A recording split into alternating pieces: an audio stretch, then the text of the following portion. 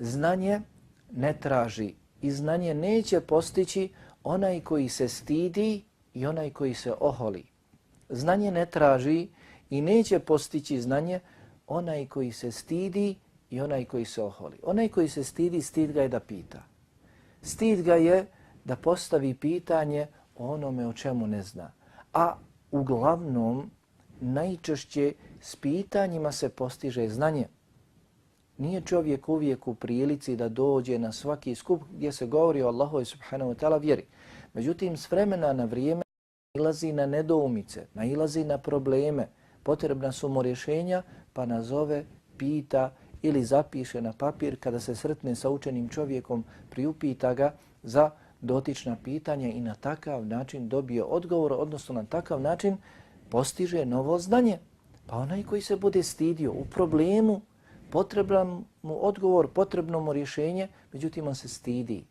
Očekuje da neko drugi pita za njega. Teško. Svako se brine o sebi i slično, pa zasigurno onaj koji se bude stidio neće postići znanje.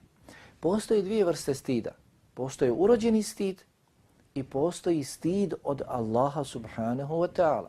Stid da nas Allah dželle ve ala gleda, a mi griješimo, mi se nalazimo u grijehu. O toj vrsti stida ne govorimo, već govorimo o urođenom stidu.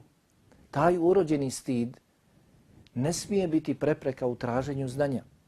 Ne smijemo se stidjeti, već trebamo postaviti pitanje. I također, kaže Imam Mudžahid, neće postići znanje onaj koji se oholi. Onaj koji se oholi. Oholnik smatra da mu to znanje nije potrebno, smatra da on ima mnogo znanja, smatra naprotiv da je on na posebnom stepenu kod Allaha subhanahu wa ta'ala, posebnom ibadetu, nije mu potrebno da više traži znanje i oholi se, uzdiže se. I kada će takav da proširi svoje znanje? Kada će takav da nauči novo znanje? Nikada. Dakle, znanje ne traži onaj koji se stidi i onaj koji se oholi.